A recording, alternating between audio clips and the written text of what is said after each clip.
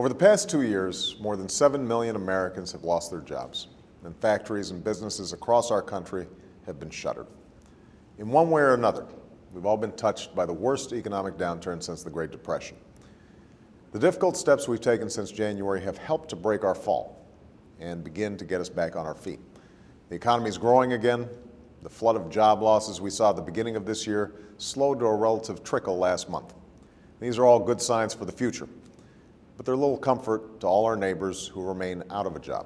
And my solemn commitment is to work every day in every way that I can to push this recovery forward and build a new foundation for our lasting growth and prosperity.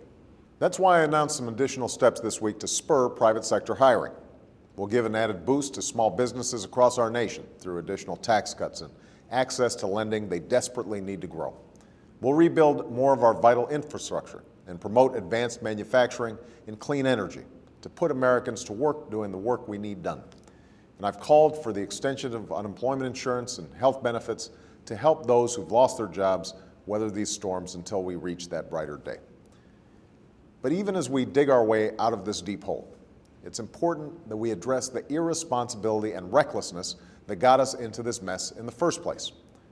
Some of it was the result of an era of easy credit when millions of Americans borrowed beyond their means, bought homes they couldn't afford, and assumed that housing prices would always rise and the day of reckoning would never come. But much of it was due to the irresponsibility of large financial institutions on Wall Street that gambled on risky loans and complex financial products, seeking short-term profits and big bonuses with little regard for long-term consequences. It was, as some put it, risk management without the management. And their actions, in the absence of strong oversight, intensified the cycle of bubble and bust and led to a financial crisis that threatened to bring down the entire economy. It was a disaster that could have been avoided if we'd had clearer rules of the road for Wall Street and actually enforced them. We can't change that history, but we have an absolute responsibility to learn from it and take steps to prevent a repeat of the crisis from which we're still recovering. And that's why I've proposed a series of financial reforms that would target the abuses we've seen and leave us less exposed to the kind of breakdown we just experienced. They would bring new transparency and accountability to the financial markets so that the kind of risky dealings that sparked the crisis would be fully disclosed and properly regulated. They would give us the tools to ensure that the failure of one large bank or financial institution won't spread like a virus throughout the entire financial system, because we should never again find ourselves in the position in which our only choices are bailing out banks or letting our economy collapse. And they would consolidate the consumer protection functions currently spread across half a dozen agencies and vest them in a new Consumer Financial Protection Agency. This agency would have the authority to put an end to misleading and dishonest practices by banks and institutions that market financial products like credit cards and debit cards, mortgage and auto and payday loans. These are all common sense reforms that respond to the obvious problems exposed by the financial crisis. But as we've learned so many times before, common sense doesn't always prevail in Washington. Just this week, Republican leaders in the House summoned more than 100 key lobbyists for the financial industry to a pep rally and urged them to redouble their efforts to block meaningful financial reform. Not that they needed the encouragement.